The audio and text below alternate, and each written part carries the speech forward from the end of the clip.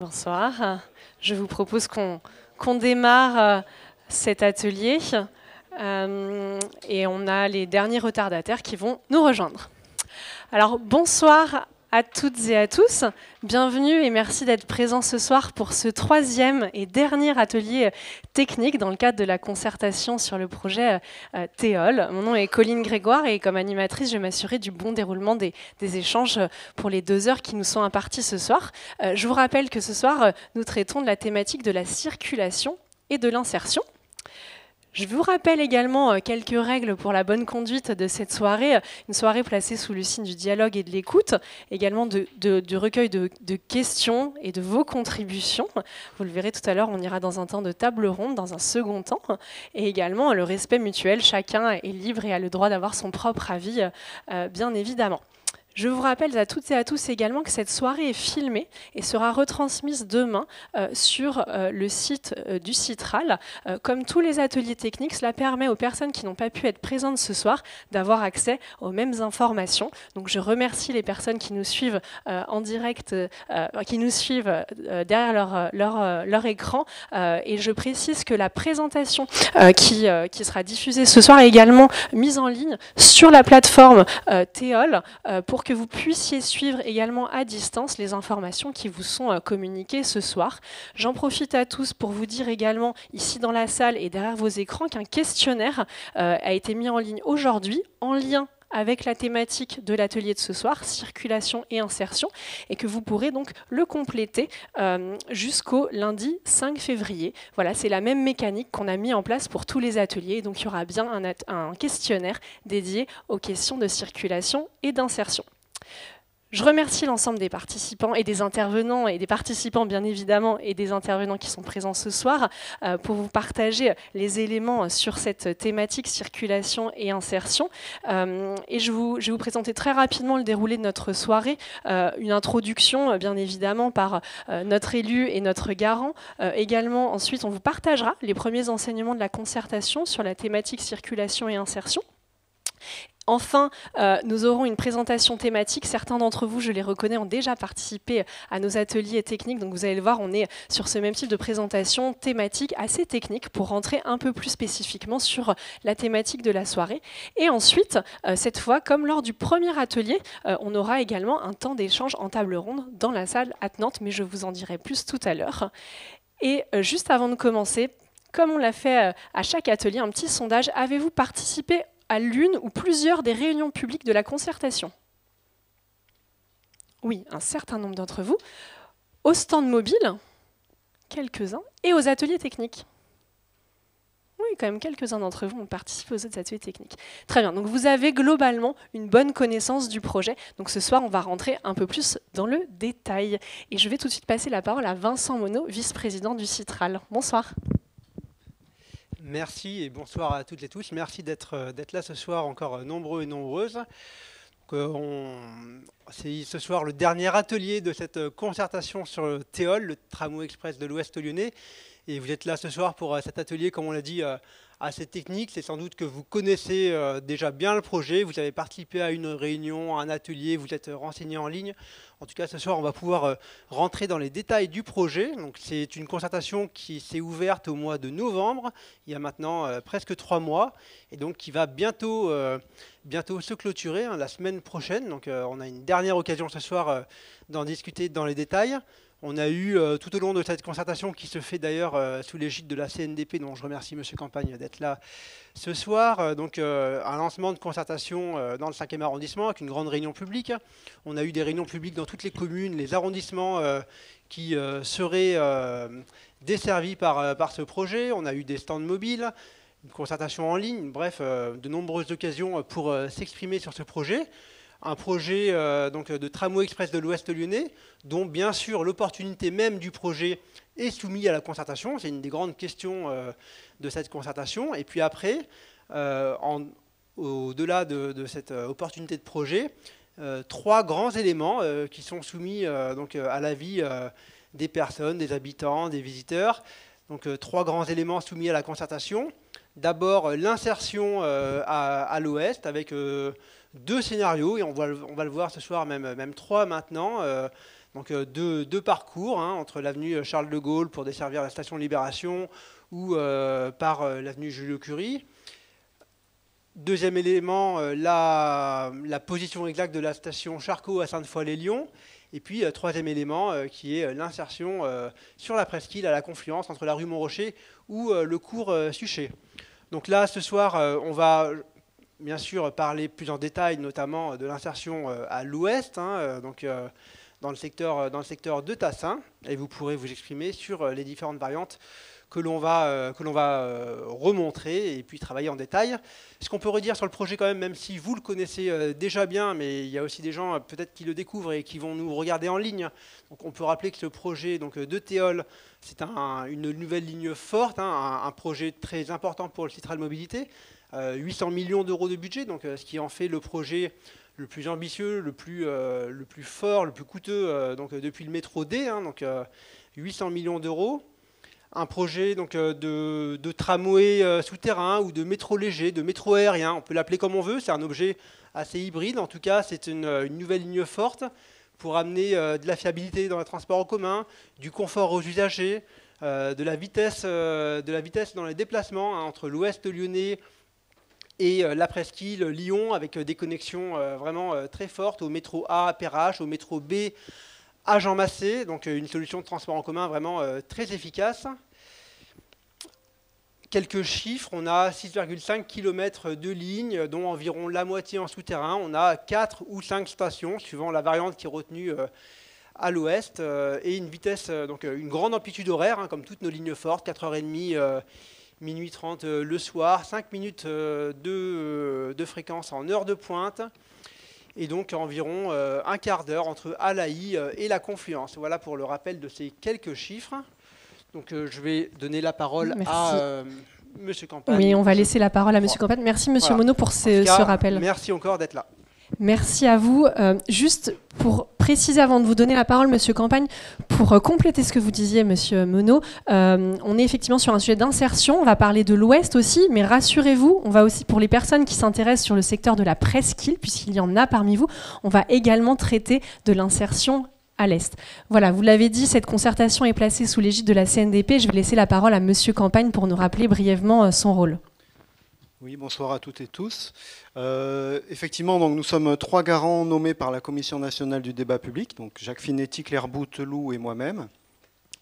Donc notre rôle, et le rôle de la Commission nationale du débat public, c'est de veiller à la bonne information et participation du public, c'est-à-dire aux bonnes conditions du déroulement de la concertation.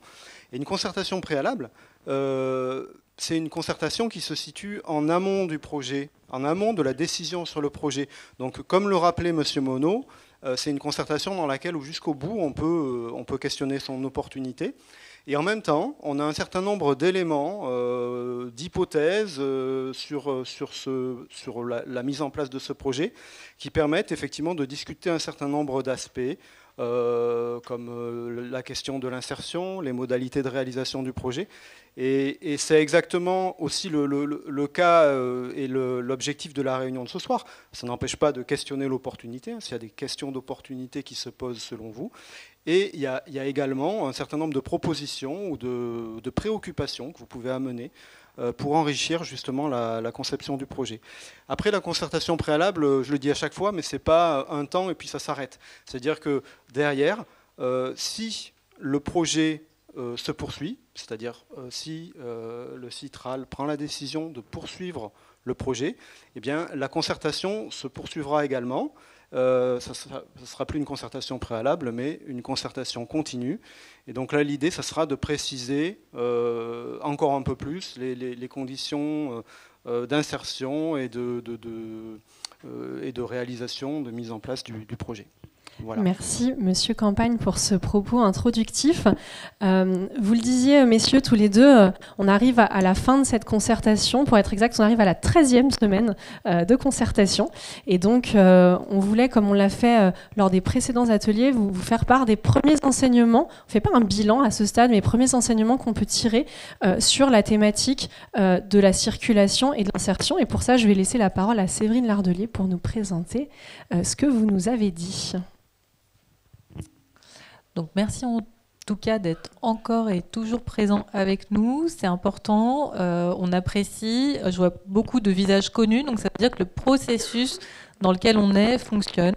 Et j'insisterai sur ce processus ce soir parce que, effectivement, Monsieur Monod a dévoilé qu'on va vous présenter potentiellement une nouvelle insertion à l'Ouest ce soir. On aurait pu le faire après le bilan, mais on se disait que c'était quelque chose d'intéressant.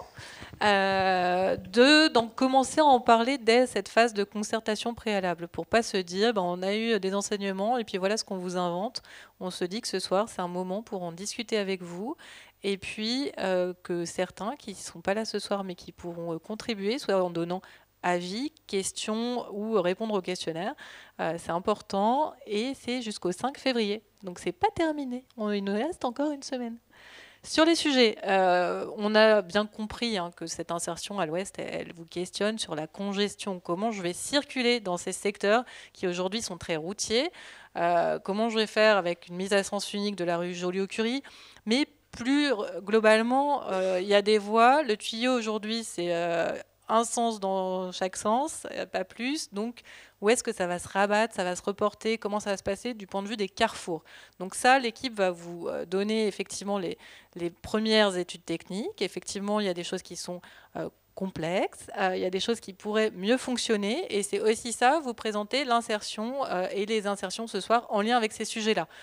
On a effectivement bien lu votre questionnement sur les convois exceptionnels, les pompiers, la sécurité. Donc ça aussi, pour nous, c'était important ce soir de vous dire, voilà, ça peut fonctionner et quel est le compromis pour que ça fonctionne. Parce qu'effectivement, à un moment, si on est en surface, il faut bien qu'on ait de la place. Donc c'est là où on va venir aussi sur l'impact sur les cadres de vie. Les acquisitions foncières, c'est un sujet. Et c'est un sujet, je mettrai en lien avec Monsieur Campagne, sur les sujets de concertation continue. C'est qu'aujourd'hui, on est sur l'opportunité, on est sur quelle option d'insertion. On a projeté, et vous le verrez, des propositions, mais elles ne sont pas figées. Et donc après, c'est comme on travaille avec les riverains pour insérer au mieux dans les rues potentielles qui seront retenues comme itinéraires préférentiels. Et puis, il y avait ce chemin de la Rhôde, et donc vous verrez, on a aussi d'autres choses à vous montrer. Ce qu'on a compris aussi, c'est que Ménival à Alaï, ça vous questionnait en souterrain, donc c'est toujours pas possible d'un point de vue économique, et ça, pour le coup, je préfère le redire, parce qu'on n'attendra pas le bilan pour dire que ça, c'est pas quelque chose qu'on rouvrira.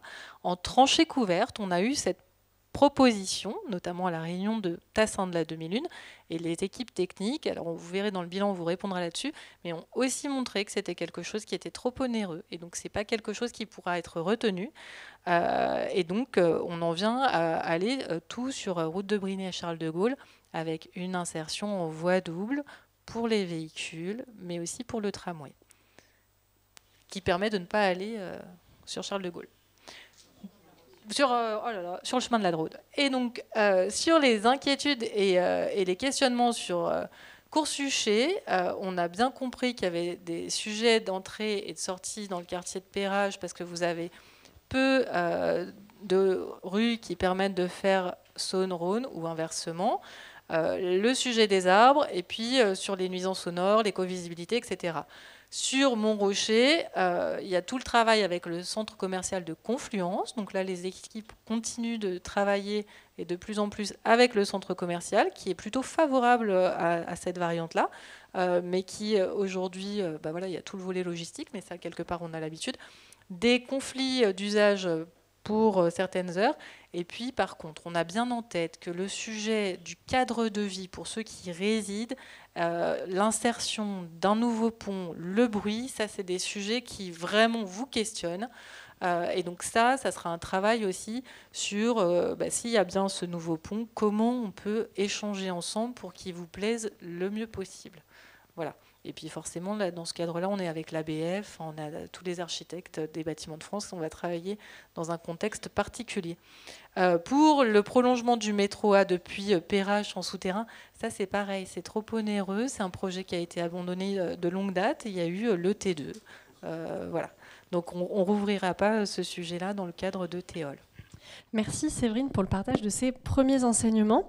Donc, je vous propose maintenant qu'on passe à la présentation thématique de la soirée. Et comme à notre habitude, on va laisser la parole à nos experts ingénieurs de chez Aegis, donc Delphine Dionis du Séjour, Guillaume Lelorque et Baptiste Macvic, pour vous présenter les différents éléments. Ce qu'on a voulu, et vous le verrez, c'est de vous présenter l'insertion du projet d'Est en Ouest.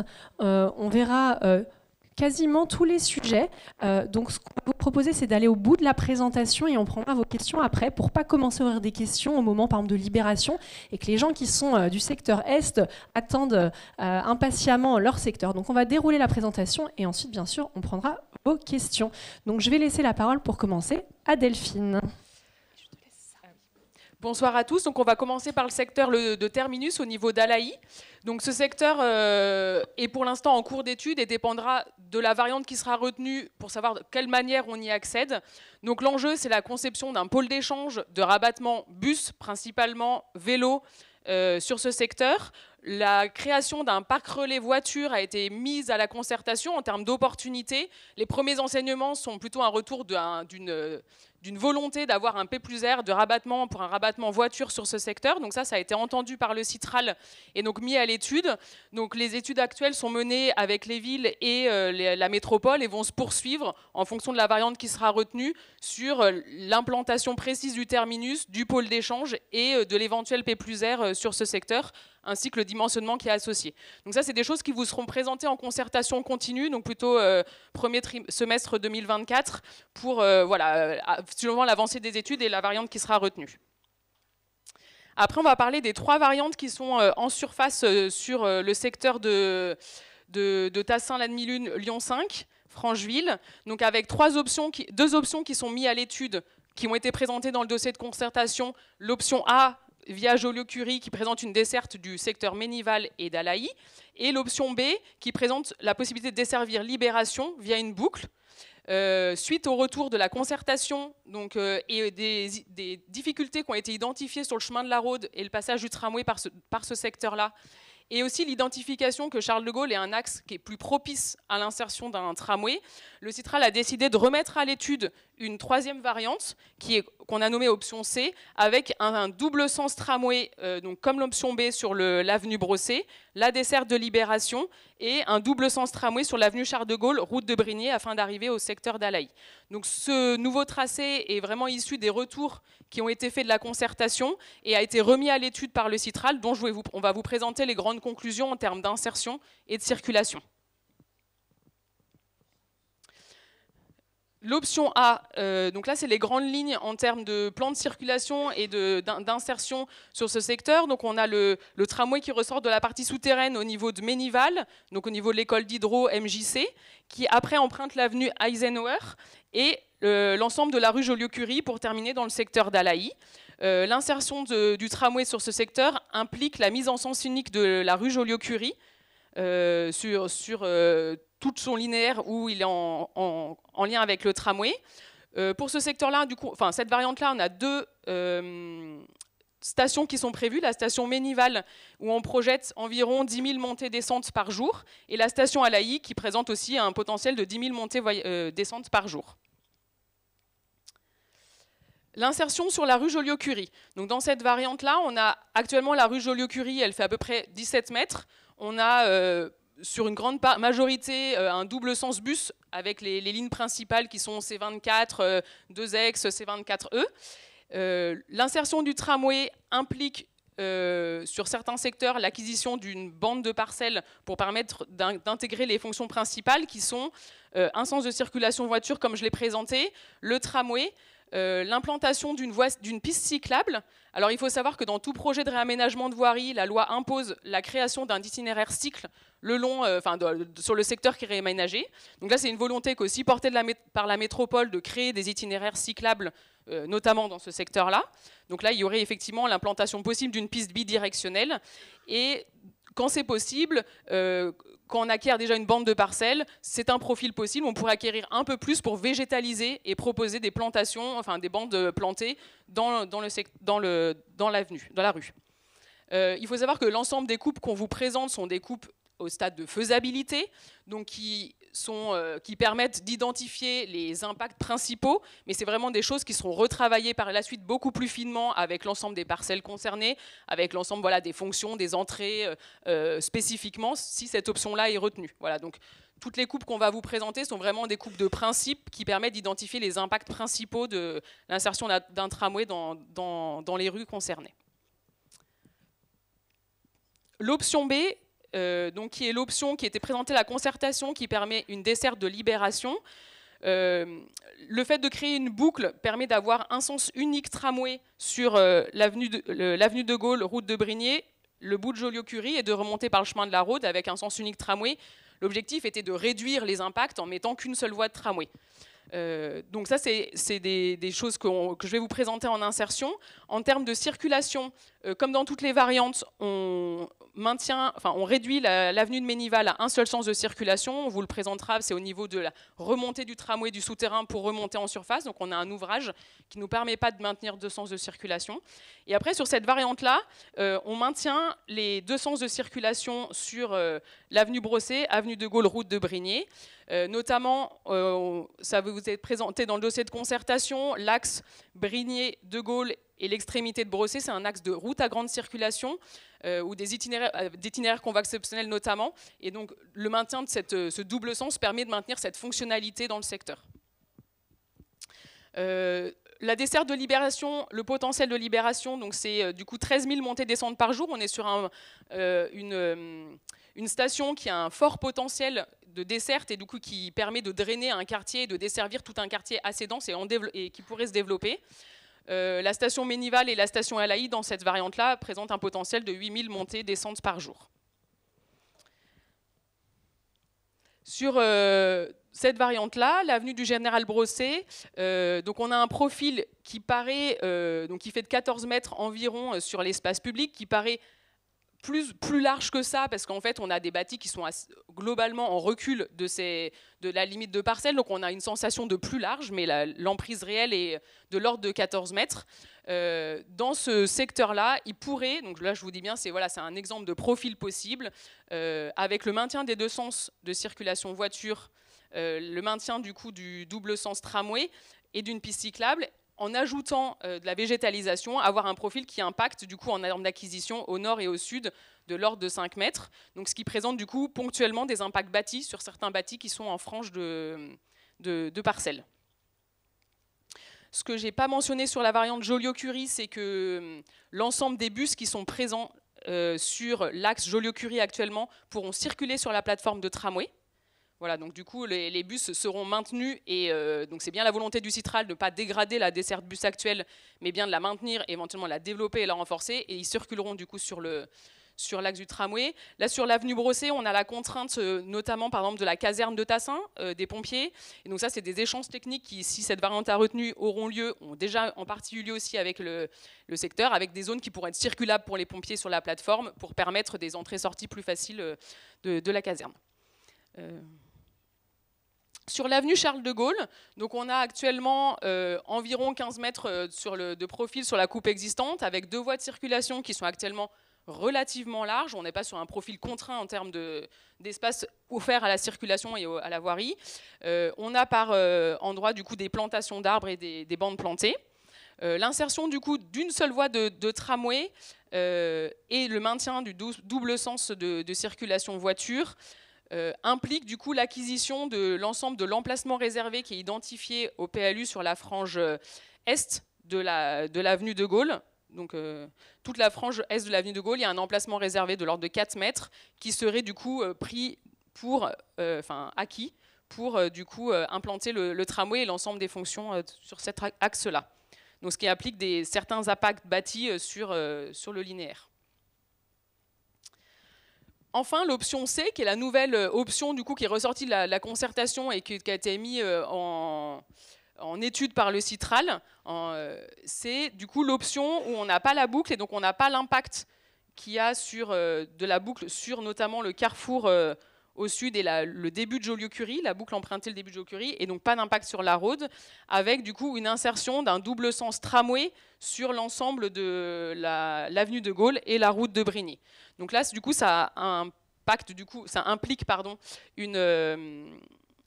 une acquisition supplémentaire sur l'avenue de Gaulle, qui est l'équivalent de 3 mètres, qui est l'implantation d'une plateforme tramway d'un sens en plus.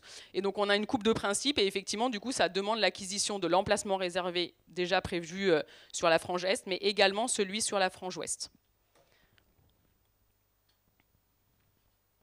Donc là, le Citral a bien entendu qu'il y avait une forte demande en termes d'analyse de circulation et de carrefour sur le secteur, parce que voilà, ça a été remonté, et effectivement c'est un secteur qui est dense et assez problématique en termes de carrefour. Donc là on va vous présenter l'analyse de l'existant, il y a des comptages qui ont été réalisés, et après les impacts avec l'insertion du tramway. Bonsoir à tous. Donc, je vais vous présenter aujourd'hui l'analyse des carrefours. Donc, pour cela, on a fait quelques comptages sur le secteur. Donc, on vous en avait déjà parlé lors du premier atelier sur les rabattements. Et donc, on a fait des comptages notamment sur les 4 carrefours que vous pouvez voir qui sont représentés ici, que nous, on a identifiés comme carrefours majeurs pour le fonctionnement du quartier, et notamment avec l'arrivée du tramway, parce que ça a certains impacts. Donc pour ça, on a fait des analyses de réserve de capacité. Donc c'est un concept que nous, on utilise, qui concrètement détermine le volume supplémentaire de véhicules qu'on pourrait faire circuler sur un carrefour pour avoir quelque chose qui soit toujours fluide.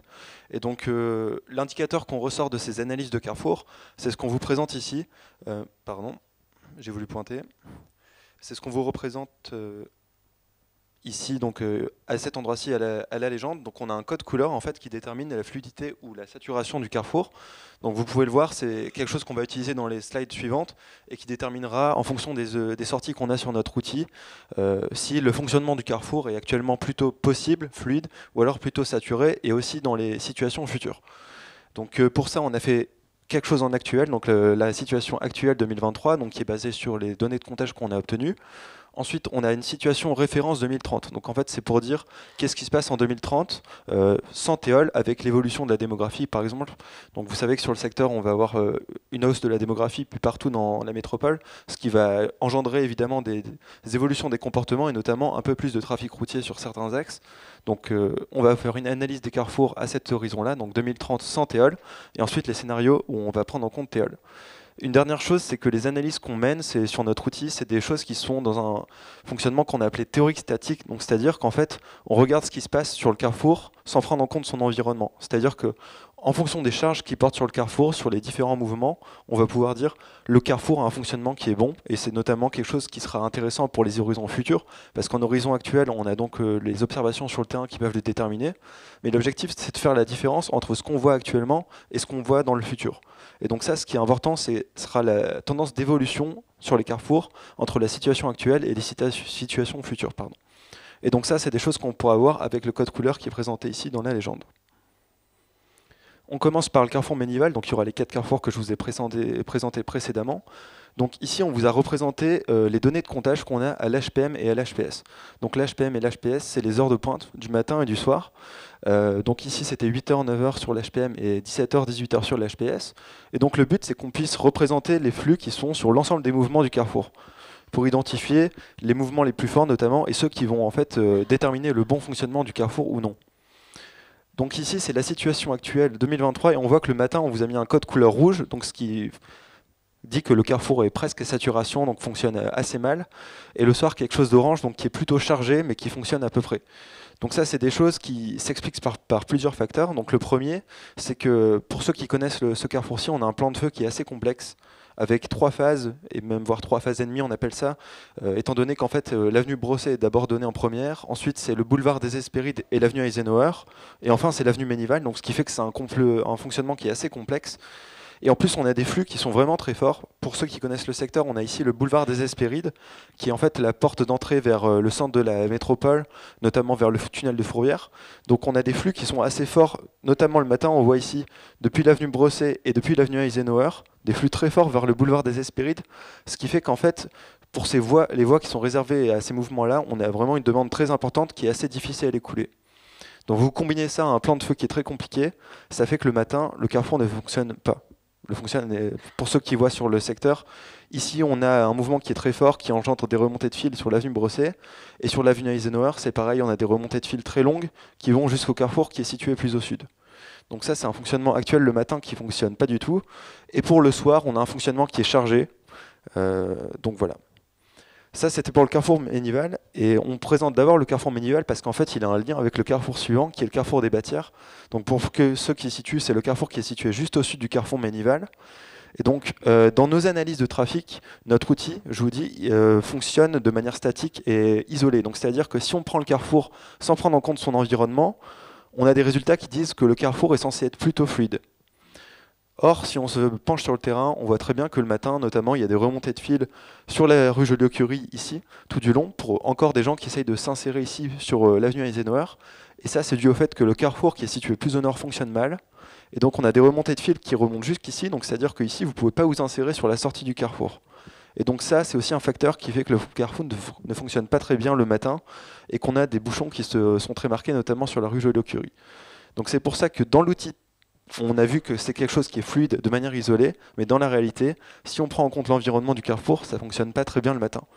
Donc là, en fait, on vous a mis un code couleur vert, mais on sait très bien que ça ne fonctionne pas bien le matin. C'est pour ça qu'on a mis un petit picto rouge dessus. Et en fait, ce qui est intéressant, c'est de comparer cette situation verte isolée à la situation qu'il y aura dans le futur, et aussi mettre en lien les carrefours futurs, carrefour des Batières et carrefour de Ménival notamment, pour savoir s'il y a des remontées de fil sur l'avenue Eisenhower dans le carrefour Ménival en futur, ça aura évidemment un impact aussi sur ce carrefour-ci. Donc ça, c'était pour le carrefour des Batières. Ensuite, on va se reporter un peu plus à l'ouest, donc avec le carrefour Libération, que vous voyez ici. Donc ce qu'on remarque tout de suite, c'est que c'est un fonctionnement assez complexe, avec 5 branches, donc, qui implique aussi un phasage très particulier, un phasage aussi à plus de 3 phases. Donc là, vous le voyez directement avec les codes couleurs qu'on a utilisés. Le carrefour ne fonctionne pas, que ce soit le matin ou le soir. Donc ça, c'est des choses qui s'expliquent notamment par la géométrie du carrefour, donc on le voit ici très complexe, et aussi par des flux de tourne à gauche, ici notamment sur l'avenue Charles de Gaulle, qui sont assez importants pour rejoindre l'avenue Foch.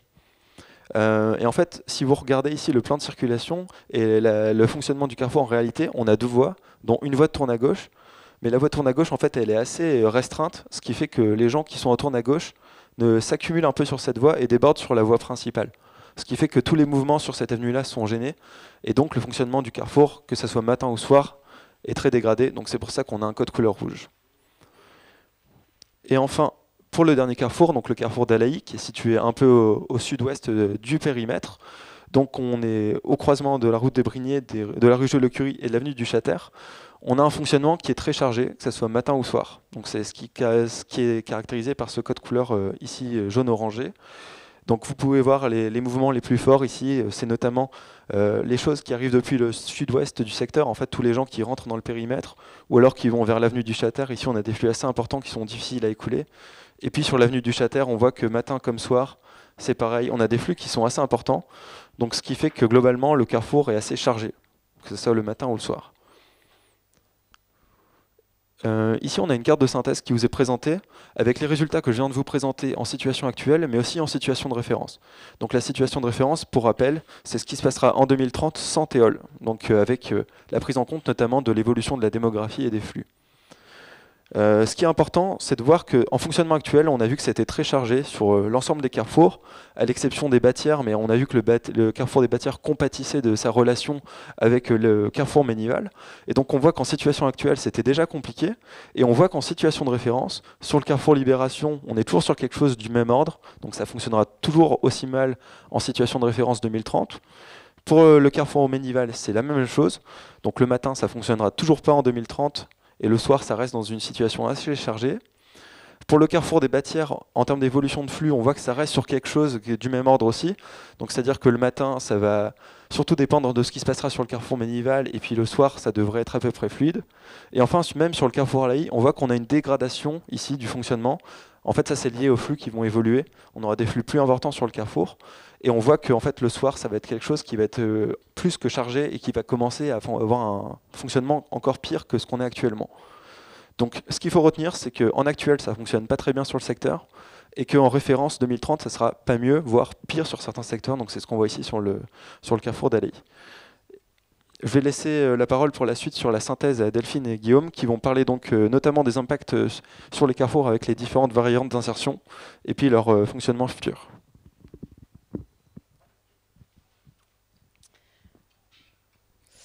Donc on va faire la synthèse variante par variante. Donc la synthèse sur l'option A et les grands éléments à retenir, c'est effectivement cette option, elle permet d'avoir un temps de parcours qui est moindre des autres variantes, avec un gain de 2 minutes pour atteindre Alaï, parce qu'on a un tracé plus court et une station en moins sur ce secteur. Donc ça, c'est un point, un avantage de cette variante. Un avantage aussi à noter, c'est le fait qu'on a beaucoup moins d'acquisitions bâties que les autres variantes. On a des acquisitions de parcelles sur à peu près l'ensemble ou de bandes de parcelles sur à peu près l'ensemble du tracé, donc à affiner dans les études ultérieures, mais on a moins d'impact bâti.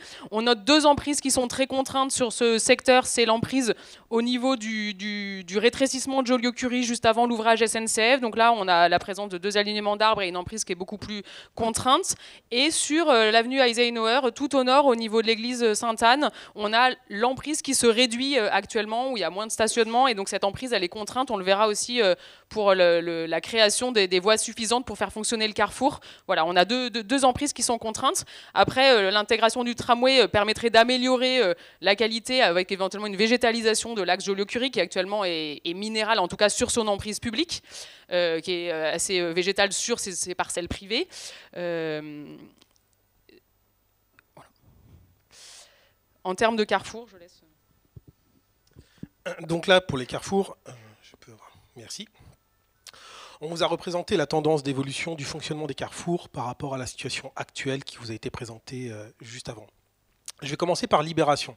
Donc on a retenu le petit Sénégal, on va dire qu'on a des conditions de fonctionnement similaires à la situation connue actuelle, ou soit une amélioration, une dégradation avec des flèches qui sont assez équivoques. Si on commence par Libération, sur Libération, on va avoir des impacts. Déjà, par rapport à ce qu'on a présenté, on était en 2023, maintenant on est en 2030, voire au-delà avec Théol. Donc qui dit horizon plus lointain, dit plus de trafic, plus de développement démographique, plus d'activité, etc. Donc déjà, on ne part pas sur les mêmes volumes de trafic. Sur le Carrefour Libération, on n'a pas Théol qui passe dans ce scénario-là, puisqu'on passe sur Joliot-Curie. Mais ce qui va se passer, c'est que du fait de la fermeture d'un sens de circulation sur Joliot-Curie, l'itinéraire de report est-ouest le plus simple, c'est encore de prendre du coup l'itinéraire Charles de Gaulle-Brosset pour compenser. Donc, ce qui fait que le Carrefour Libération va enregistrer des flux supplémentaires encore du fait de cette mise à sens unique. On l'a dit également, il y a un espace contraint dans cet espace-là qui fait qu'on n'arrivera pas à écouler également dans le sens maintenu la même quantité de demandes de véhicules qu'en situation actuelle. Donc on va avoir aussi des reports dans l'autre sens. Donc tous ces éléments font que, en gros, Libération va enregistrer plus de trafic sur le secteur.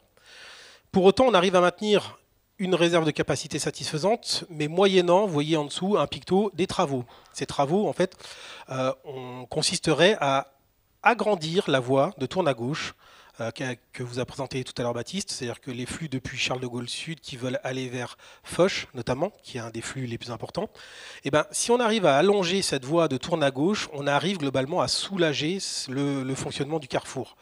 Bien évidemment, en fonction des trafics futurs, on va essayer d'optimiser le plan de feu, donc les phasages, les temps de verre, au regard de la demande prévue à ce moment-là, à l'horizon de réalisation du projet. Donc, ce qui fait que sur Libération, on va avoir un fonctionnement proche de celui que vous avez, que vous connaissez aujourd'hui. Donc, malheureusement, pas meilleur, mais en tout cas, on ne vient pas dégrader le fonctionnement de ce carrefour-là. Pour le carrefour Ménival, c'est plus délicat. Déjà, sur Ménival, on va avoir le passage de Théol. On le voit ici, et en fait, on va même traverser le carrefour. Concrètement, ça veut dire que quand le tramway va s'approcher, vu qu'il traverse en diagonale le carrefour, tous les véhicules doivent s'arrêter. Donc c'est une situation qui n'existe pas aujourd'hui, donc ce qui fait qu'on va avoir moins de temps de verre dédié aux voitures sur ce carrefour-là. On va inclure là-dedans aussi le fait que dans ce scénario, le Théol passe non seulement par Joliot-Curie, mais par Eisenhower. Et autre chose qui vous a été dit tout à l'heure, c'est que le mouvement fort du matin, c'est celui qui vient du sud, qui vient d'Eisenhower en direction d'Hespéride. On avait 2 voies aujourd'hui. On a 2 voies aujourd'hui. Demain, dans la configuration de base, on n'en aura plus qu'une. Donc forcément, on aurait déjà du mal à écouler cette demande avec 2 voies. Donc avec une voie, forcément, on a une dégradation assez nette sur ce secteur-là. Donc ça, on va dire qu'on vous présente aujourd'hui les scénarios dans une vision plutôt réaliste en essayant de minimiser les acquisitions, etc. Bien évidemment, il y a des solutions assez simples. C'est-à-dire que si sur le secteur d'Eisenhower, on arrive par des acquisitions à maintenir les deux voies de circulation, on se rapproche d'un fonctionnement tel qu'on connaît aujourd'hui. Comme vous l'a présenté tout à l'heure Baptiste également, Batière et Ménival sont très liés, puisque l'écoulement naturel de Batière, c'est le carrefour Ménival. Si Ménival a toujours ces problématiques d'écoulement de flux en situation future, eh ben, Batière va l'avoir également. Donc, dans ce scénario-là, si on ne fait pas d'aménagement, d'acquisition supplémentaire sur le secteur Eisenhower, tout le secteur va en pâtir.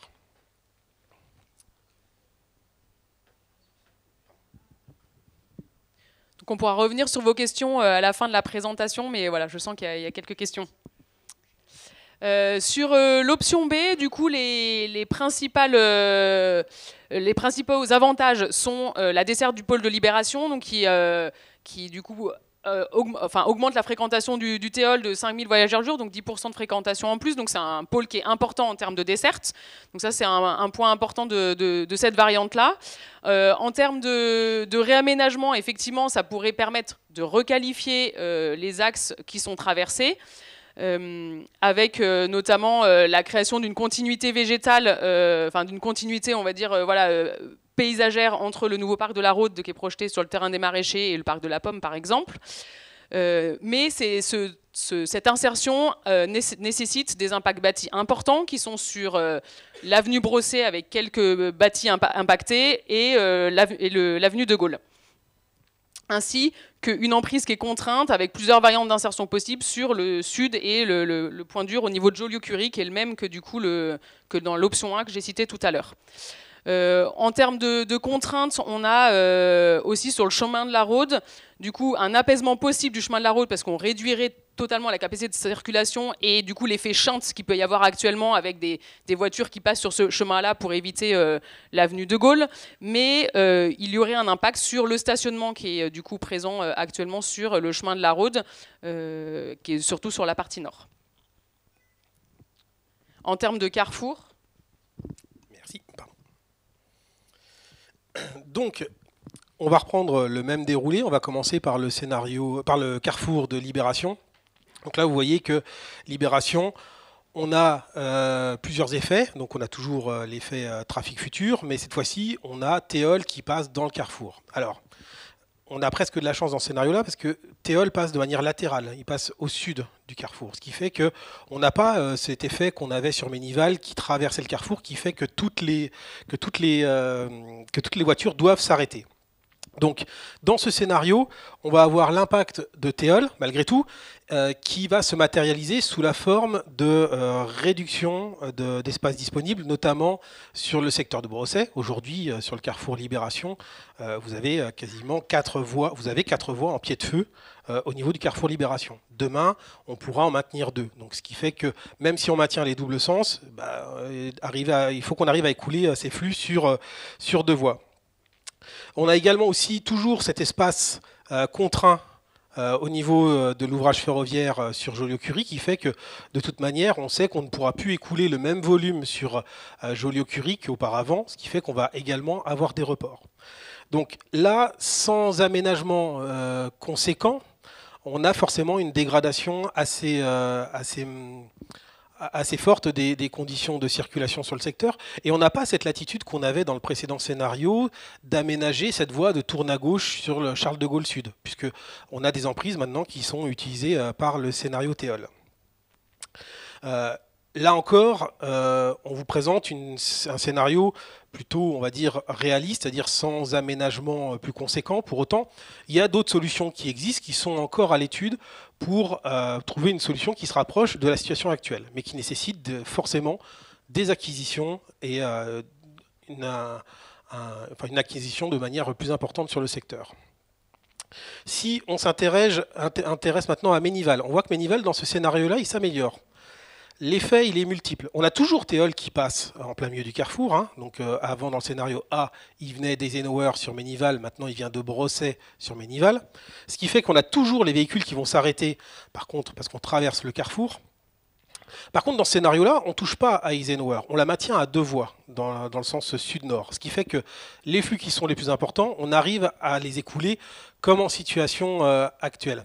Mais on en profite aussi pour faire un aménagement sur le boulevard des Hespérides. Sur le boulevard des Hespérides, en nord-sud, donc quand on approche dans le sens vers le carrefour de Ménival, vous avez 3 voies en pied de feu et vous n'en avez qu'une seule qui permet de ressortir depuis une voie VP, parce qu'il y a aussi une voie bus, mais il n'y a qu'une seule voie voiture qui est réservée aux voitures dans le sens sud vers nord. Et ben, on s'est rendu compte qu'au final, si on arrivait à rééquilibrer à largeur constante de la plateforme, de l'infrastructure, si on arrivait à proposer un équilibre avec 2 voies dans un sens et 2 voies dans l'autre, on arrive plus facilement à écouler les flux sur le secteur. Donc, tous ces éléments-là font qu'on a même une amélioration par rapport au fonctionnement actuel qu'on connaît de Ménival.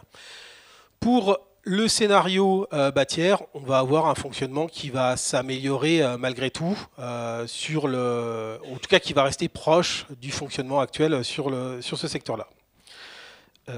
Voilà. Et donc pour finir, la dernière option qui est présentée sur ce secteur, donc cette option avec double voie tramway sur l'avenue Brossé, sur l'avenue de Gaulle et la route de Brignais, donc présente du coup des impacts, des avantages assez similaires, on va dire, que l'option B avec la desserte de Libération, donc qui est un pôle important.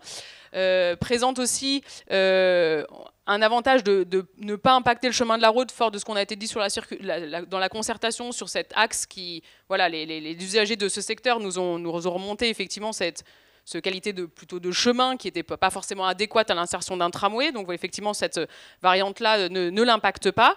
A contrario, effectivement, ça nécessite des acquisitions supplémentaires sur l'axe de Gaulle, donc de la frange ouest. Je n'ai pas cité pour la variante B la zone de la route de Brignais, donc elle fait partie du secteur du pôle d'Alaï, donc avec effectivement des potentiels impacts bâtis sur le secteur. Et voilà, les personnes concernées, et puis voilà, en fonction du projet qui sera retenu, qui est encore pas totalement défini sur ce secteur, et en fonction de la variante qui sera retenue, il y aura une concertation continue voilà, sur vraiment l'impact précis sur ce secteur-là. Merci. En termes d'impact sur les carrefours, on va avoir des effets qui sont globalement proches de ceux qu'on a présentés jusqu'à présent. Si ce n'est peut-être qu'on peut peut-être s'intéresser sur le carrefour Libération, qui dans ce scénario-là, on arrive à retrouver des fonctionnements proches de la situation actuelle, pour la simple et bonne raison que, comme ça a été dit, le fait d'être en voie double sur ce secteur nécessite plus d'acquisitions, et on va en profiter du fait de ces acquisitions pour faire cette voie de tourne à gauche beaucoup plus longue, c'est-à-dire qu'aujourd'hui elle est d'une 30-40 mètres, on va plus que doubler la longueur de cette voie de tourne à gauche qui va nous permettre d'apporter aussi plus de capacité de stockage de véhicules et une meilleure gestion des flux au niveau de l'intersection. C'est pour ça que l'ensemble de ces éléments-là fait que on arrive à retrouver une situation qui est proche de la situation actuelle sur ce carrefour-là. Peut-être un petit point, on n'a pas parlé d'Alaï sur les autres scénarios parce que en fonction de la variante retenue, on ne sait pas vraiment comment on va arriver Théol dans ce secteur-là, que ce soit en boucle ou pas.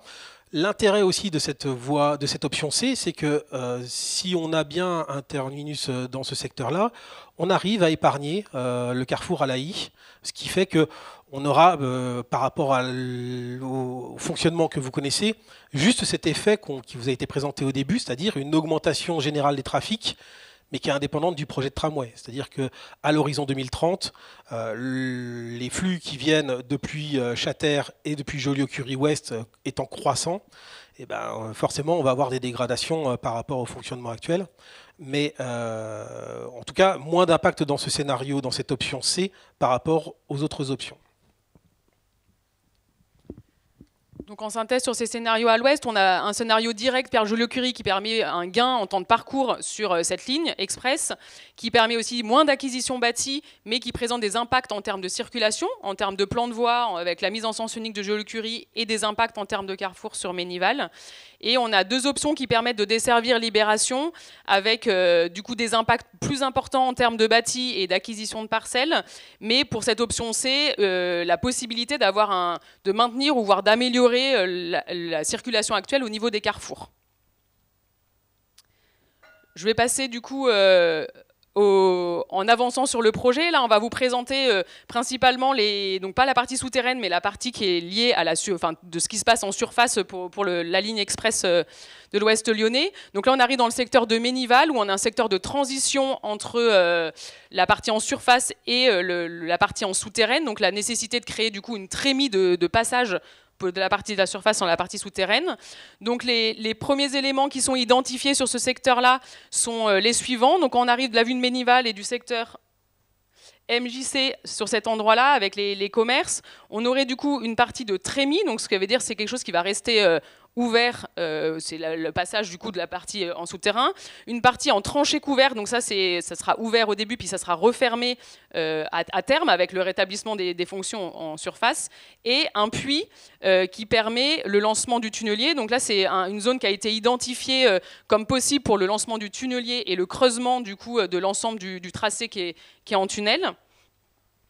Donc je vais vous détailler rapidement les éléments. Sur cette partie qui est liée au lancement du tunnelier, donc on a un puits. Donc là, c'est des photos qui viennent du prolongement du métro B à Oullingard. Donc c'était la zone de chantier qui était implantée à Gerland. Donc voilà, donc on a la nécessité de créer un puits de lancement avec une trémie. Donc ce qui pourrait être là, qui va être recouvert après en situation définitive avec le rétablissement des fonctionnalités en surface sur ce secteur. Le lancement d'un tunnelier, du coup là c'est toujours l'exemple du parc de Gerland, impose du coup des surfaces de chantier relativement importantes, avec notamment toute une usine de traitement des boues qui permettent de réaliser le creusement, la sortie des matériaux d'excavation. Et ensuite, on a la trémie qui va être, donc là c'est un exemple du tramway de Nice, qui a aussi un tramway qui est en partie souterraine dans le centre-ville, avec un ouvrage, donc on n'est pas tout à fait dans le même cadre bâti, mais on a un ouvrage de transition entre la partie en surface et la partie en tunnel.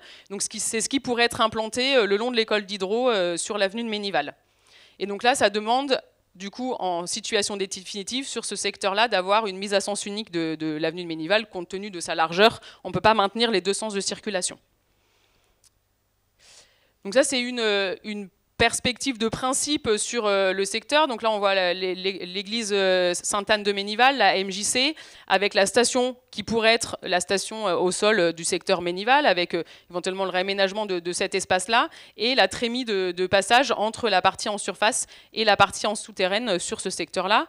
C'est une rue qui est actuellement en pente, donc c'est plutôt assez favorable pour réduire la longueur de l'ouvrage, puisque voilà, on a une rue qui est en pente et on rentre en souterrain à cet endroit-là, donc du coup on a une longueur d'ouvrage qui est réduite par rapport à une rue qui serait à plat ou dans le mauvais sens de la pente. Avec du coup voilà, une coupe de principe qui est celle-ci, avec voilà, des ouvrages de soutènement de part et d'autre, un sens de circulation maintenu, et voilà, le tramway qui s'enfonce doucement dans le sol. Ensuite, quand on ressort, du coup, on passe la partie souterraine, on ressort dans le secteur de la Saône, avec le secteur des Balmes, soit au niveau du Cours-Suchet, soit au niveau de Montrocher. Donc, on a bien entendu à la concertation, le Citral a bien entendu qu'il y avait une forte attente sur l'insertion de ces ouvrages de sortie du tunnel dans les Balmes et de création d'un nouvel ouvrage d'art dans ce secteur. Donc ça, c'est des éléments qui seront travaillés, enfin qui seront échangés avec vous en concertation continue une fois que la variante Cours-Suchet ou Cours-Montrocher sera retenue pour voilà, arriver à amener la qualité qu'il faut pour ce projet dans ce secteur. Et je vais vous détailler du coup l'insertion qui pourrait être sur le Cours-Suchet et l'insertion qui pourrait être sur le Cours-Montrocher dans le cadre du projet. À noter que du coup, que ça soit à Montrocher, à Suchet, l'objectif c'est la connexion des voies de Théol, donc de l'infrastructure nouvelle à l'infrastructure T1, T2 actuelle, donc avec du coup voilà, une connexion physique des voies, et le Théol du coup assurera la desserte sans rupture des charges, donc soit de l'ensemble des stations qui sont existantes entre l'hôtel de région Montrocher, Perrache, puis Jean Massé, soit à partir de Suchet, Perrache et Jean Massé. Voilà, donc le Théol permettra d'y aller sans changer de tramway. L'insertion sur le Cours-Suchet, donc on arrive donc sur le quai des Étroits avec un nouvel ouvrage d'art. Au niveau du Cours-Suchet, actuellement, on a une emprise d'environ 26 mètres avec un alignement d'arbres de part et d'autre de la voirie. À noter qu'on a un point dur, un point où l'emprise se réduit au niveau d'un ouvrage SNCF qui est assez ancien, un ouvrage en voûte, et la connexion où on a encore le cours Suchet qui continue du coup entre la rue Gilbert et le cours Charlemagne. Des insertions possibles sur ce secteur-là sont le maintien du coup des deux sens de circulation, notamment sur la partie large entre la rue des Nusières et le quai Rambaud, avec le maintien des arbres et la création du coup d'un site tram central. Où donc voilà, il y a plusieurs insertions possibles, ou le maintien d'un seul sens et puis la voie cyclable en lieu et place de l'autre. À noter que dans le cas où, l'endroit où on est dans le secteur, on est plus étroit. Et si on doit implanter une station sur le bout du cours Suchet pour des raisons de fonctionnement du secteur Perrache, avec les tramways déjà actuels et l'interface avec la station Place des Archives, il serait impossible de maintenir du coup au moins un des alignements d'arbres et le double sens de circulation. Donc il y aura un impact sur ce secteur situé entre la rue des Nusières et le cours Charlemagne. En termes de circulation. Alors là, on est dans un secteur différent, particulier en termes de fonctionnement. Je vais peut-être plus commencer par vous présenter cette carte de droite ici qui représente le fonctionnement viaire de la confluence. Et ce fonctionnement, il a beaucoup changé depuis ces dernières années, notamment avec la mise à sens unique, l'interdiction de circulation des voitures sur le sud du cours Charlemagne, qui fait que on voyait un peu cette confluence, un peu comme une arête de poisson, entre guillemets, c'est-à-dire avec un cours Charlemagne central, plus des voies qui venaient se connecter à cette structure centrale, plus bien évidemment le quai Perrache sur le côté, qui a des vocations aussi très importantes, mais on va dire plus à l'échelle de l'ensemble du secteur du centre de Lyon, on va dire. Et depuis cette fermeture, en fait, on a un fonctionnement on a toujours cet axe nord-sud sur quai Perrache, et du coup, ces axes qui vont venir se connecter un peu comme un peigne, au final, sur cet axe structurant. Donc, ce qui va être plus intéressant presque sur cette option cours Suchet au niveau circulation, c'est pas les trafics, parce qu'au final, on a moins de trafic sur le secteur depuis 2021, depuis que les travaux ont été faits, depuis que tous les aménagements ont été réalisés. C'est plus la vocation de ce cours Suchet. Si on regarde bien, je vous le représente ici, c'est un des seuls axes qui permet de faire le lien entre l'Est et l'Ouest à l'échelle de la confluence. On a la rue Bayard, on a Casimir-Périer également qui permettent de le faire plus au sud, mais en tout cas au nord c'est la seule qui permet d'avoir cette continuité. On a pu récupérer des données d'usage du fonctionnement du cours Suchet, mais on a observé que cet axe-là, il sert non seulement à faire de la desserte du secteur, puisqu'on a bien évidemment des équipements, on a une gendarmerie, des écoles, etc., des bureaux, des activités. Mais surtout, c'est un axe qui est très utilisé pour aller rejoindre les portes d'entrée de la confluence, que sont le M6 via le pont Kitchener à l'ouest, mais aussi M7 notamment, et le quai Perrache à l'est. Donc du coup, c'est un axe qui est très important pour le fonctionnement de cette confluence. Et donc, la question fondamentale, c'est que si jamais c'est un axe qui devait passer à sens unique pour accueillir Théol, quid de sa fonction en situation future? En tout cas, en termes de trafic, on est vraiment sur des volumes qui sont bien moindres que ceux qu'on a pu voir sur la partie ouest. Donc, il n'y a pas d'inquiétude majeure sur le fonctionnement des intersections.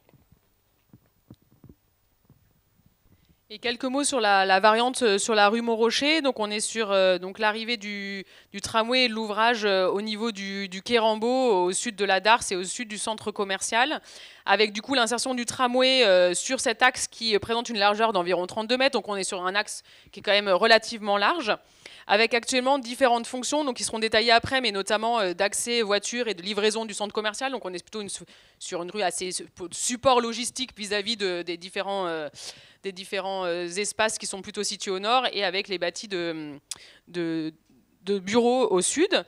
Plusieurs variantes d'insertion sont possibles sur ce secteur-là, avec la contrainte de l'ouvrage SNCF, donc qui n'est pas du tout le même qu'est cours Suchet, qui est un ancien ouvrage en voûte. Là, on est sur un ouvrage beaucoup plus récent qui présente du coup plus de facilité en termes d'insertion, en termes d'emprise et d'insertion du tramway. Et on a du coup la possibilité d'insérer du coup le tramway soit au nord de l'axe, soit au sud, soit au centre. Ça, c'est des choses qui pourront être développées dans la suite des études si cette variante là est retenue, avec le maintien du coup des sens de circulation ou un éventuel travail de plan de circulation sur l'ensemble du secteur.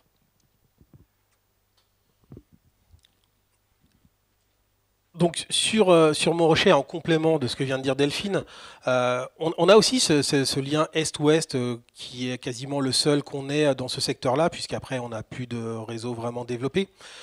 Donc vraiment l'enjeu aussi dans ce secteur-là, ça va être les usages, puisqu'on a des activités, donc avec des parkings, des entrées de parking, on a des équipements, on est à proximité d'espaces de bureaux, de zones de commerce, etc. Et on a effectivement ce centre commercial pour lequel la rue Montrochet est un axe majeur d'accès, puisque c'est par là que viennent les gens qui veulent accéder ou sortir du parking, mais aussi les livraisons.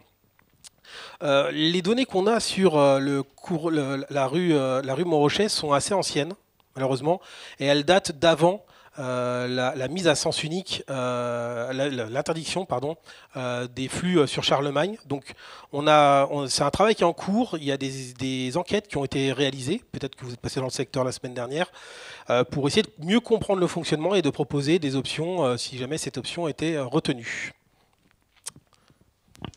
Merci à tous les trois pour cette présentation. Encore une fois, très riche, vous l'avez vu, on souhaitait aller encore plus dans le détail par rapport à ce qui vous avait été présenté, vous donner des nouvelles informations, notamment sur le comptage sur les carrefours. Avant de passer dans un temps de table ronde, comme j'ai dit, on va bien évidemment prendre vos questions. J'imagine qu'elles sont assez nombreuses. Donc vous serez là pour nous répondre tous les trois, ainsi que Sarah Emelin, donc chef de projet Théol au Citral, et Jérémy Simon et Gisraï pour compléter éventuellement les éléments. Donc, je vous propose qu'on prenne quelques questions. Donc, n'hésitez pas à vous manifester. Tom va vous passer la main.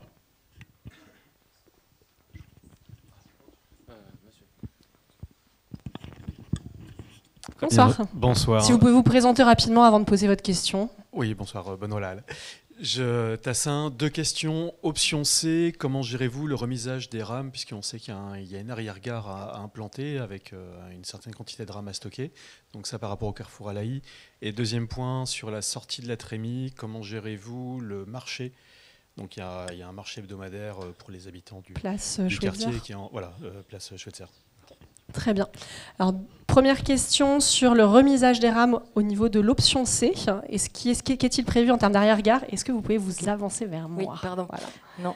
En termes de fonctionnement sur le remisage tramway, on n'a pas de centre de remisage à créer pour l'exploitation du tramway.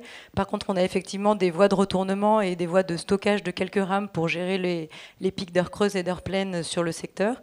Et du coup, on a plusieurs options en arrière-gare ou en avant-gare qui sont prévues. Voilà, pour la première partie de la question. En gros, qu'on prévoit d'insérer sur le périmètre du projet le long des voies de tramway ou dans le prolongement des voies de tramway. Voilà. Sur la partie médiévale, vous posiez la question du fonctionnement avec le marché qui a lieu sur la place Schweitzer. C'est un sujet qu'au stade de la faisabilité, on a retenu dans les enjeux, en tout cas de fonctionnement du quartier. Et aujourd'hui, on n'a pas la réponse précise pour dire comment on va fonctionner, mais c'est quelque chose qu'on va travailler par la suite avec les services de la ville, avec les personnes qui gèrent les marchés. Voilà. Bonsoir. Bonsoir, M. Scopen, Tassin. Je trouve extraordinaire qu'à une semaine de la clôture de cette séance de concertation, on nous explique qu'on a fait 2 variantes sur la partie Tassin qui, ni l'une ni l'autre, ne tiennent la route, puisque vous nous expliquez qu'on nous sort une variante C, alors qu'elle aurait pu être mise à la concertation dès le départ. C'est quelque chose qui me surprend et je demande aux garants de tenir compte qu'on vient d'apprendre que le projet qui certainement sera retenu compte tenu de tout ce que vous avez dit, c'est l'option C. Bonsoir. Effectivement, ça peut questionner. Et ce que je vous indiquais, c'est que c'est un processus. Donc effectivement, on est allé sur des études de circulation de carrefour qu'on fait plutôt d'habitude dans des phases ultérieures qui sont nécessaires pour un volet d'enquête publique. Je rappelle que la concertation préalable, c'est un temps pour l'opportunité du projet et pour savoir où est-ce qu'on s'insère dans les rues. Ce qu'on s'est dit, c'est que Théol, finalement, on était allé beaucoup voir les habitants déjà dans ce secteur. Donc, on avait indiqué à la CNDP qu'on pourrait, au fur et à mesure de cette concertation qui est longue, 3 mois, c'était le plus long du point de vue réglementaire, apporter ces sujets. Ce qu'on aurait pu faire, effectivement, c'est se dire qu'à l'issue de la concertation préalable, on rouvrait cette option C qui en fait partie déjà du dossier de concertation. Vous verrez, c'est indiqué qu'on l'avait fermé pour des raisons qui nous avaient été proposées par Tassin du point de vue des impacts fonciers notamment. Ce qu'on se rend compte, c'est qu'aujourd'hui, ces impacts fonciers, quand on voit, on n'aurait pas fait un projet qui ne fonctionne pas. Donc ça veut dire que pour les carrefours, qu'ils soient dans l'option A ou B, on aurait proposé des acquisitions complémentaires. Et ça, on s'en serait aperçu après. Et comme on le dit, c'est un projet qui avance. Ce qu'on se rend compte aujourd'hui, c'est que comme on a anticipé ces études-là, finalement, l'un dans l'autre, quand on regarde les impacts fonciers et les potentielles acquisitions foncières pour que ça fonctionne entre les options A, les options B et la potentielle option C, en volume global, l'option C, finalement, elle n'a pas plus d'impact foncier. Donc cette concertation, aujourd'hui, elle nous permet vraiment de se dire, par les demandes des garants, d'aller loin sur les sujets circulation et carrefour, par le fait d'avoir bien poussé les équipes techniques, d'avoir entendu tout ce que vous nous dites, effectivement, l'option C, elle nous paraît peut-être intéressante. Donc on la rouvre, contrairement à ce que je disais tout à l'heure sur des options souterraines qu'on ne rouvre pas, et on vous la présente maintenant. Habituellement, sinon on aurait fermé ce temps d'échange, de concertation préalable, et on serait venu vous voir probablement en concertation continue en disant, voilà, on est encore en train d'itérer et on a ces sujets-là. Voilà, je propose que M. Campagne peut-être puisse répondre, comme vous avez été interpellé par monsieur sur le volet processus, pour voir aussi si vous avez des choses à répondre du point de vue de l'organisation de ce volet. Oui, en fait, effectivement, là, je pense que dans le déroulement du processus de la concertation, ce qui est important de retenir, c'est que finalement, il y a un certain nombre de préoccupations que vous avez pu exprimer chemin faisant. Et avant, il y avait un certain nombre d'analyses qui avaient déjà été conduites, avec des options qui avaient été fermées. Là, finalement,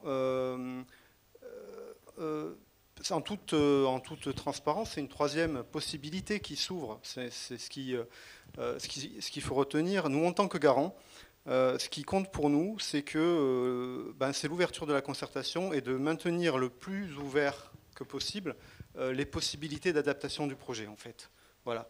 Et en même temps, qu'on puisse avoir tous les éléments techniques, d'information, de compréhension de ces hypothèses qui soient versées à la concertation. Donc, voilà, en tout cas, on tient compte de votre préoccupation, de votre remarque. Et nous, on est attentifs à ce que, justement, dans le processus, tous les éléments d'information nécessaires au public pour se faire un avis, pour comprendre la problématique, soient bien versés, finalement, à la réflexion. Merci. Un dernier mot très rapidement pour dire que à ce stade, aucune conclusion n'est tirée, la concertation n'est pas finie. C'est vraiment avec le bilan de la concertation qu'on fera dans les semaines qui viennent qu'on pourra tirer des enseignements, tirer un bilan. Ni l'opportunité du projet n'est actée, ni aucune des options qui vous sont présentées, le tracé à l'ouest, la position de la station Charcot et l'insertion à la confluence. Rien n'est encore définitif à ce stade. Donc c'est vraiment, on est là une dernière fois ce soir pour en parler, et c'est après le bilan de l'ensemble des réunions publiques, l'ensemble des ateliers, l'ensemble des contributions en ligne qui fera en sorte d'en tirer un bilan et d'en tirer des conclusions pour avancer ou non dans le projet, mais rien n'est défini. Merci à tous les trois pour ces précisions. On avait une question ici. Merci. Bernard Lobre, Sainte-Foy-les-Lyons, secteur Charcot.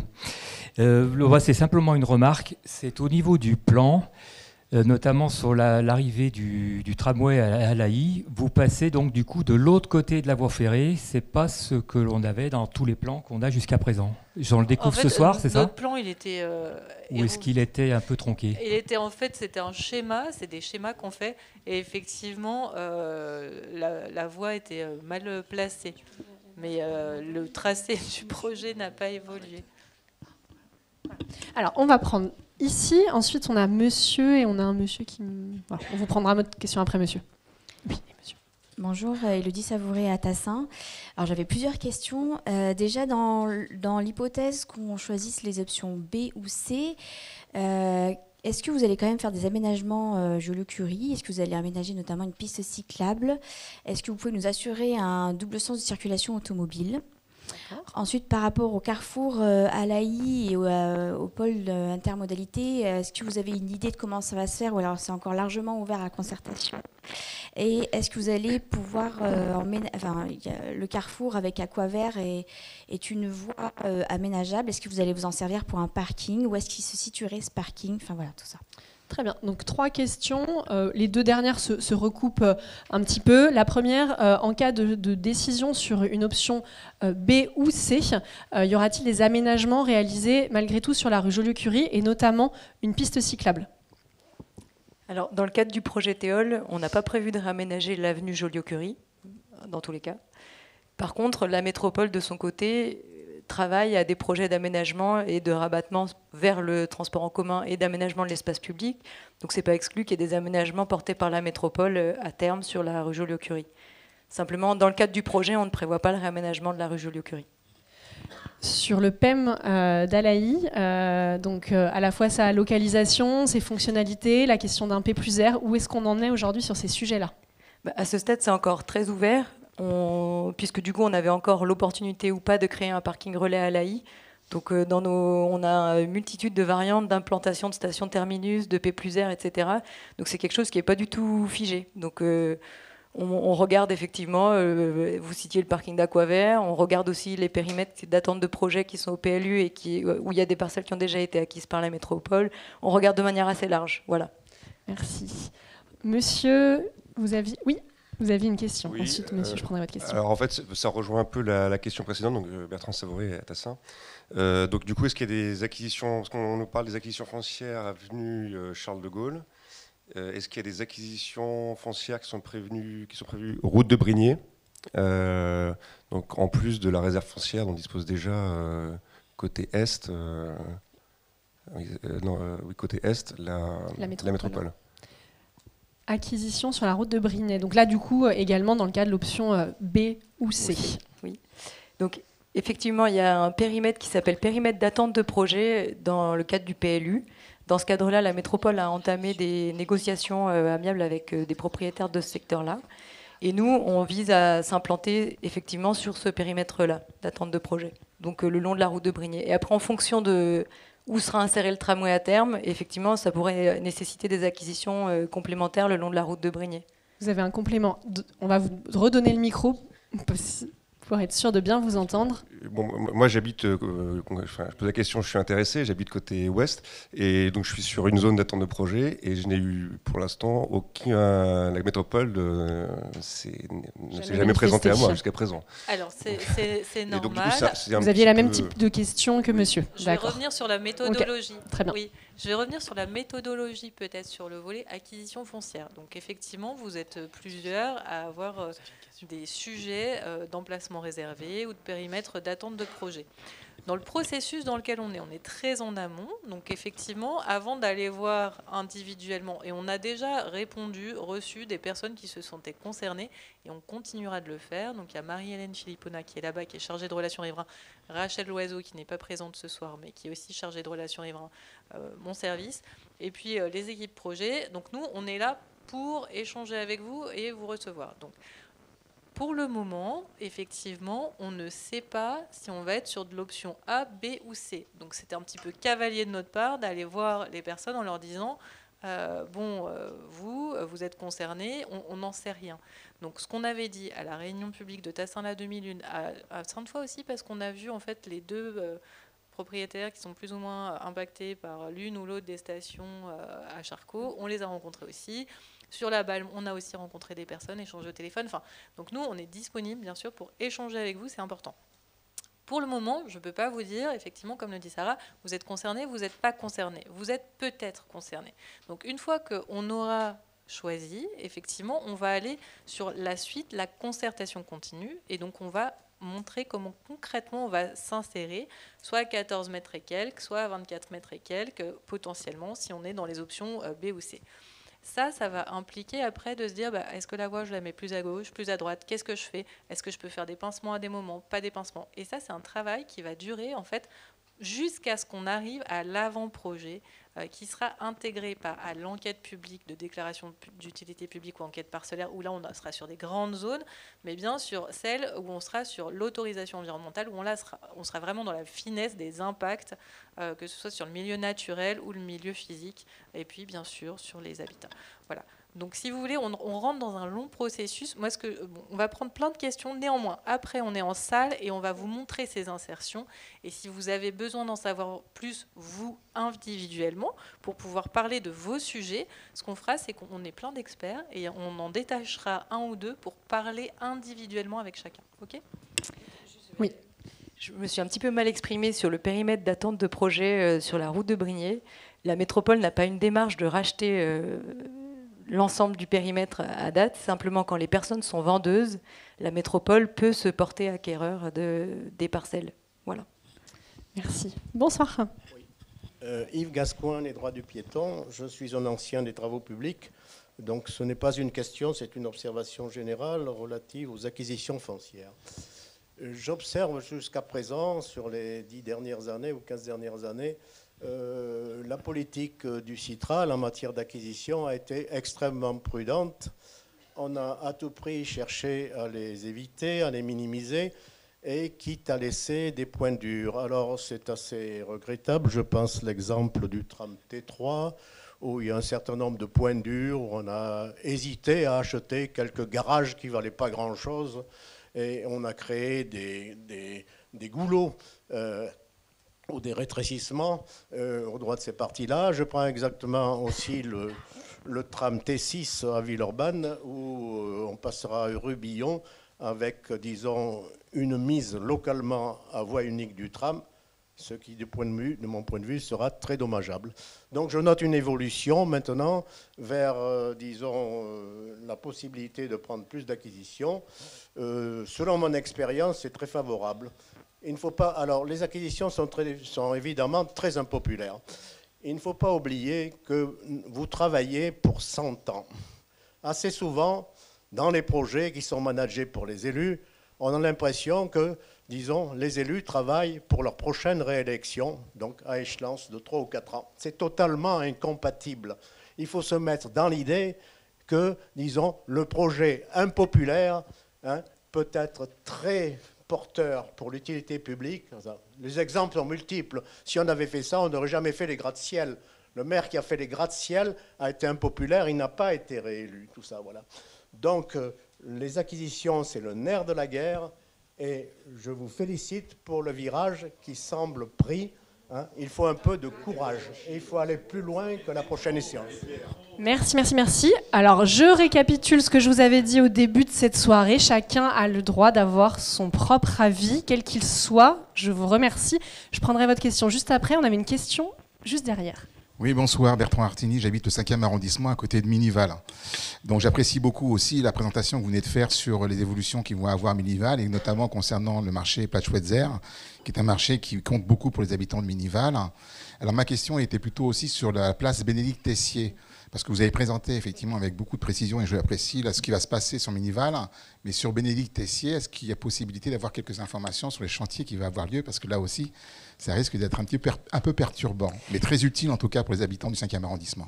Effectivement, on ne l'a pas dit en introduction, mais c'était une séquence dédiée à la circulation, à l'insertion du tramway en surface, de l'infrastructure tramway, et pas de la station, comme c'est le cas effectivement à Pointe-du-Jour et à Charcot, où on est sur des stations enterrées. Pour autant, on va vous donner quelques éléments peut-être de réponse. Oui, tout à fait. Alors effectivement, des stations en souterrain, c'est ce qu'on a fait par exemple à Oulin, place Anatole France. Effectivement, ce sont des stations. Alors, il y a plusieurs techniques, mais mine de rien, on va prendre beaucoup de place au point du jour. Ça, c'est très clair. On a déjà fait des porte-à-porte commerçants. On relève un petit peu tous les questionnements sur le chantier. Aujourd'hui, on n'avait pas de questions polémiques ou qui questionnaient l'arrivée d'une station à point du jour a l'air en tout cas de ne pas poser question dans le cadre de la concertation préalable. Donc c'est vrai que les sujets de chantier, d'insertion, de comment on va s'organiser concrètement cette insertion dans le quartier, on s'était dit qu'on la ferait et qu'on ferait des réunions spécifiques à ce secteur plutôt entre mi-mai et juillet, et puis après sur l'automne 2024. Parce qu'on sera vraiment sur l'acceptabilité, où est-ce qu'on replace le marché, qu'est-ce que ça va induire sur vraiment du pratico-pratique, on va dire. Et après, c'est une belle station qui sera réalisée. Alors, il y avait une question ici. Je me tournerai ensuite vers vous parce que c'est vrai que je ne vous ai pas trop regardé, donc n'hésitez pas à me faire signe si vous avez des questions. Bonsoir, Francesco Marron. Je voulais savoir, quand est-ce que la décision sera prise sur ABC? Parce que peut-être c'est écrit quelque part, mais je ne l'ai pas vu. Et deux, en fait, pour moi, c'est qui est fondamental. Alors, moi, je suis un de la brochette des expropriés, donc je suis un peu concerné personnellement. Mais pour Tassin, tout ça n'est pas très utile. C'est utile pour Craponne, Francheville. Si vous voulez vraiment faire évaporer de la circulation, c'est là qu'il faut capter. Donc, est-ce que ça sera prévu que ça aille jusqu'à Craponne ou Francheville? Et à ces points-là, la gare va être implantée directement côté Aquavert, donc pour prolonger, ou de l'autre côté, donc Côte-Brigné, parce que j'ai bien compris que sur Ménival, ça va traverser, donc bloqué. Donc si vous ne le faites pas, vous ne le ferez peut-être jamais d'aller à Craponne. Si vous ne forcez pas déjà la main en vous mettant côté Aquavert, parce qu'autant faire les choses jusqu'au bout, de façon que ce soit plus simple par la suite. Pour la suite. Alors, deux questions. Première question sur la méthode. La décision, quand sera-t-elle prise? Oui, alors, donc, comme je le disais, avant, on va tirer un bilan de la concertation et c'est après, avec ce bilan, que Citral Mobilité pourra délibérer en conseil d'administration et acter la poursuite ou l'abandon du projet, acter des variantes qui sont retenues pour avancer dans les études, avancer dans la concertation continue. Aujourd'hui, il n'y a pas encore de date. Est-ce que, enfin, j'ai plus de date en tête, mais au niveau la du concertation bilan de la continue, concertation, voilà. Donc au printemps, dans les semaines qui viennent, on va écrire ce bilan avec la CNDP et le but, c'est d'arriver au printemps, aux alentours du mois de mai, à avoir une délibération en conseil d'administration de Citral Mobilité pour acter de la poursuite du projet. Je reviens quand même sur cette notion d'acquisition foncière, d'élargissement de l'emprise. Citral Mobilité n'est pas un bulldozer qui avance sans se soucier des impacts pour les riverains. Évidemment, c'est des sujets qui sont toujours difficiles, tant techniquement qu'humainement, quand il y a des personnes touchées. Ce que je peux dire par expérience, c'est que dans le plan de mandat Citral Mobilité, actuellement, on a 4 lignes fortes, 3 lignes de tramway, une ligne de bus à haut niveau de service. Quand on fait de tels projets d'infrastructure, de réaménagement d'espace public, on est toujours confronté à ces besoins d'acquisition foncière. Et on essaye toujours, bien sûr, de les minimiser. Alors, ça ne veut pas dire qu'on va sacrifier un des usagers de l'espace public, que ce soit le confort des piétons, la sécurité des cyclistes, la performance des transports en commun ou la voiture individuelle. On essaye de faire entrer tous ces besoins, qui sont tous légitimes. Et dans le passé, moi je suis bien placé pour le savoir, j'habite dans le 7e arrondissement, je suis élu du 7e arrondissement. On a un tramway T2 où il n'y a pas eu d'aménagement cyclable. Bon, c'était difficile de faire des acquisitions foncières ici. Néanmoins, aujourd'hui, 20 ans après, on a toujours énormément de problèmes de sécurité pour les vélos qui se retrouvent sur les trottoirs, sur la plateforme de tramway. C'est très difficile. Donc on essaye, dans tous les projets qu'on fait aujourd'hui, de concilier tous les modes de déplacement pour trouver du confort, de la sécurité et de la performance. Et après, comme on l'a dit ici, c'est dans les études où on va étudier dans les détails les pincements possibles pour limiter les acquisitions foncières. Et sur nos autres projets, donc T6, T9, T10, le BHNS, on a travaillé finement pour aller minimiser tous les impacts fonciers que l'on avait. Parfois on y arrive, parfois c'est plus délicat. Et en tout cas, on travaille, et là je remercie vraiment vivement les services de Citral Mobilité qui font un travail très important avec tous les riverains qui sont concernés par le projet pour essayer de faire des reconstructions quand c'est possible, de limiter les acquisitions foncières. En tout cas, on comprend évidemment que c'est des cas qui sont difficiles pour toutes les personnes. Et donc, on travaillera avec vous, dans le futur, bien sûr.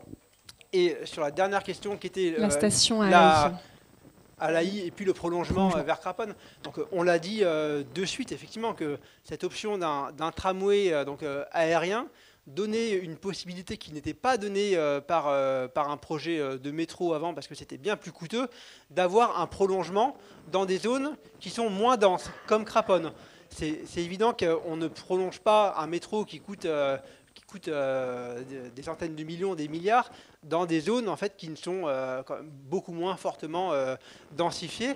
Alors que là, on a la chance d'avoir un objet hybride, un métro léger, un tramway souterrain, qui, ici, en aérien, peut facilement être prolongé. Bien sûr, ça coûte de l'argent, mais c'est quand même bien moindre qu'un métro. Et donc, on peut envisager à terme un prolongement vers Craponne. On ne vous présente pas un projet aujourd'hui phasé en disant on fait ça et puis 5 ans plus tard on fera vers Craponne. On se dit qu'on a vraiment la possibilité d'étudier ce prolongement après sa mise en service. Donc c'est quelque chose qui est sur la table. D'ailleurs, on est allé, j'y étais, sur le marché de Craponne pour le présenter aux habitants, tant pour parler avec eux du rabattement vers l'AI que pour éventuellement plus tard avoir un tramway qui s'approche de leur habitat. En ce qui concerne Alaï et donc le parc relais, donc c'est quelque chose qui est sur la table. On discute tant avec les élus qu'avec les habitants. Un parc relais, c'est bien, ça amène souvent des possibilités à des gens qui ont besoin de prendre leur voiture pour rejoindre cette ligne forte de transport en commun. Pour autant, ce qu'il faut d'abord privilégier, c'est le rabattement en bus. Quand on fait un projet de ce type-là, on réorganise totalement les bus. Parfois même, comme ça a été le cas sur la ligne B à Saint-Genis-Laval, on améliore l'offre de bus pour permettre d'avoir un rabattement très fort en transport en commun. On le fait aussi pour les vélos, parce que tous ceux qui peuvent venir en vélo, on gagne de la place sur la voirie et il faut vraiment faciliter ces rabattements à pied ou en vélo pour les gens qui habitent pas très loin. Et puis le parc relais, c'est une option qu'on essaye de réserver en priorité aux gens qui habitent loin, donc à plusieurs kilomètres, qui parfois n'ont pas d'autres solutions. Et donc on réglemente ce parking relais en donnant la priorité à ces gens-là, gens qui viennent en covoiturage, des gens qui viennent de loin. C'est ce qu'on fait à Saint-Genis-Laval. En tout cas, l'opportunité, elle est là. Et voilà, exprimez-vous sur le parc relais. Merci. Pour compléter, Sarah, quelques propos. Il y avait juste une question sur l'implantation de la station terminus à Alaï. Simplement dire que ça soit l'option A, B ou C, on n'est pas forcément forcé d'être, on n'est pas forcé d'être sur la route de Brignais ou sur la parcelle le long de Aquavert ou au bout de Joliot-Curie. Toutes les options sont possibles quasiment avec les 3 options. Merci Sarah. On va prendre une dernière question. On reste là. Après, on va passer en salle. Oui, on va prendre la question de monsieur. Ensuite, on passera en salle. Mais les experts, monsieur Monod reste également avec nous. Vous pourrez l'interpeller dans la suite pour poser vos questions. Bonsoir. En tout cas, je serai bref. Merci pour cette présentation de circulation et d'insertion, mais à la fois, du coup, très routière. Bon, je sais qu'on est bien dans le 5e arrondissement, donc il faut brosser les automobilistes dans le sens du poil. Mais moi, je m'étais plus pensé à qu'est-ce que c'est que la circulation des trams pour ce nouveau tronçon et comment il s'insère dans le réseau de transport existant. Vous en avez un petit peu parlé, par exemple, sur le remaniement des bus ou sur les P+R. Mais pour surtout ce qui est du section dans la confluence, je dirais que l'option par le cours Suchet ou par le cours Montrochet, il ne va pas se choisir en fonction de la circulation routière, mais plus de comment le Théol va s'insérer dans le réseau de transport existant. Et donc, par exemple, s'il prend la suite du T2, il faudrait mieux le prendre par la route Montrochet ou autre chose par le cours Suchet. Et j'aurais aimé qu'on parle plus de ça. Peut-être si vous avez des réponses là. Des éléments, peut-être, juste pour répondre à monsieur, oui. Oui, je fais une réponse rapide parce qu'effectivement, ce soir, on est vraiment sur l'insertion et donc on a un atelier dédié à ça. Il me semble qu'il y a eu un atelier précédent qui parlait vraiment du fonctionnement, de l'exploitation de la ligne. Donc c'est à cet atelier qu'il fallait être. Malheureusement, moi-même, je n'ai pas pu venir. C'était Jean-Charles Collas qui était là. Il est en vidéo. Vous pouvez le retrouver en vidéo. Vous pouvez le revoir et je pense que toutes ces questions ont été abordées. Ce qu'on a répété quand même à plusieurs reprises durant cette concertation, c'est qu'aujourd'hui, il y a plusieurs choses qui sont ouvertes sur l'organisation des lignes. Théol peut évidemment être vu si l'option Montrochet était retenue comme un prolongement de T2. Après, se pose la question de l'exploitation d'une ligne si longue. Mais dans tous les cas, ce qu'on peut dire, c'est qu'une fois qu'on aura acté le projet, qu'on aura acté des différentes variantes, il faudra, et ça sera, s'il vous plaît, et ça sera un des points de la concertation continue, sans doute, d'ici 2032, on a le temps, et ben réfléchir vraiment à la réorganisation du réseau, puisque peut-être il faudra revoir certains aspects de T2, déterminer où s'arrête Théol. Voilà, ce qu'on a déjà dit, c'est que Théol devra être relié au métro A à Perrache et au métro B à Jean Massé. Après, tout reste ouvert. Merci, Monsieur Monod. Alors, le temps a passé très vite, mais en même temps, c'était important de prendre le temps pour répondre à ces questions. Je vous propose quand même qu'on passe en temps de table ronde. Je vais vous expliquer ça. Avant ça, je remercie les personnes qui nous ont suivis derrière leur écran pour voilà, la richesse de cette présentation. Pour vous qui êtes derrière vos écrans, vous pourrez retrouver le compte-rendu de cette réunion en ligne, toujours sur la plateforme du Citral, là où vous avez trouvé cette vidéo. Je vous rappelle qu'il y a un questionnaire qui est mis en ligne à votre disposition pour pouvoir donner votre avis également sur les sujets de circulation et insertion. Donc je vous remercie et vous souhaite une excellente journée, soirée, quelle que soit l'heure à laquelle vous regardez cette vidéo. Merci à tous.